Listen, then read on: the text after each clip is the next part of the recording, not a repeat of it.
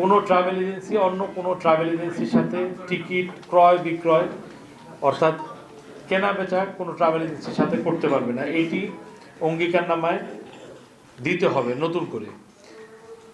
আমরা দাবি করছি এই বিষয়টি যুক্ত হলে প্রায় ট্রাভেল এজেন্সি 5,000 ট্রাভেল এজেন্সি তাদের ব্যবসা বন্ধ করতে বাধ্য হবে।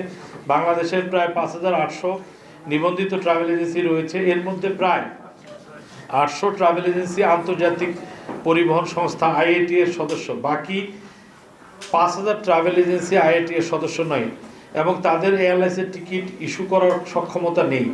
অন্য এজেন্সি হতে টিকিট ক্রয় করতে না পারলে 5,000 ট্রাভেল এজেন্সি যাত্রী সেবা প্রদান করতে পারবে না এবং নবায়নের ক্ষেত্রে বার্ষিক 50 লক্ষ টাকার বিক্রয় বিবরণী প্রদান করতে পারবে না। তাই এটি বাতিলযোগ্য। অর্থাৎ বাংলাদেশ সরকার যখন আমাদেরকে লাইসেন্স দেন, সেই লাইসেন্স দেওয়ার সময় আমাদের একটা নিয়ম আছে। সেই নিয়মটি হচ্ছে যে কমপক্ষে 50 লক্ষ টাকা বিজনেস করতে হবে একটা ট্রাভেল এজেন্সি।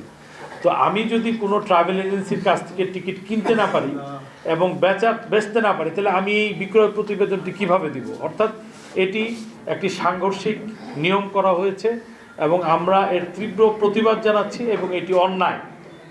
আমরা এর তীব্র প্রতিবাদ জানাচ্ছি। ধারা 4-এর উপধারা গ এর দফা 6-তে বলা হয়েছে অফলাইন ট্রাভেল এজেন্সির ক্ষেত্রে ব্যাংক গ্যারান্টির পরিমাণ হবে 10 লক্ষ টাকা।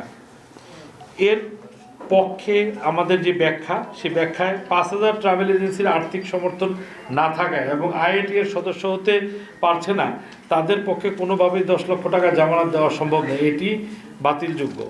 এখানে একটি বড় বিষয় হচ্ছে, যদি আমি টিকিটই বিক্রি করতে না পারি, তা আমি 10 লক্ষ টাকা ব্যাংক গ্যারান্টি কেন সরকারকে দিব? আমি তো সরকারের কাছ থেকে কোনো বাকি নিচ্ছি না।